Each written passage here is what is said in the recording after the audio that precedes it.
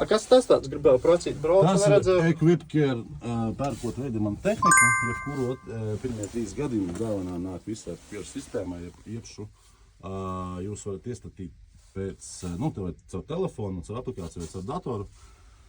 Tāda iespēja, ka jūs redzat, kur atrodas tehnika, kā ar viņu, nu, strādā dotajā brīdī.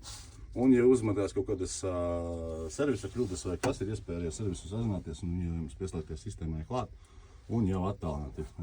Nu jā, tu gan jau ievadīt kaut kādu kodu vajag, tad viņam Tu var servisu pieslēgtos. ķeriem. Nu jā, gan jau ievadi un tad viņi pieslēgties var, kad tu ievadi to.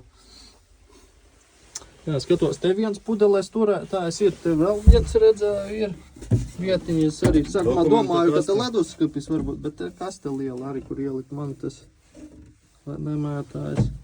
Nu jā, arī kā sēdeklis sanāk. Laikam līdz 70 kilogramiem, bet nu... Jā, nu jauno censoni kaut kādu topošo lauksaimnieku noteikti var paviezināt, ja? Sēdeklis ar drošības jostu. Jā. Iespēja transporta režīmā, ja braucat, iespēja nobloķēt džestiku, jā, lai nesanāk nejauši. kaut kas, jā. Es jau pabraucu ar šitos reversus priekšu atpakaļ. Kas tā otrā par pogu? Tā ir teleskopa funkcija pogājums, vai teleskops, teikt, teleskops. Uz priekšu atpakaļ. Uz priekšu atpakaļ izbīdīt, jā. Ļoti labi. Nu jā, zakis saprotams. Bet tie režīmi. Jā, tas ir hidrolikām. Un elektriskiem arī tad ir īslaicīgi ieslēgt un strādā. Jā.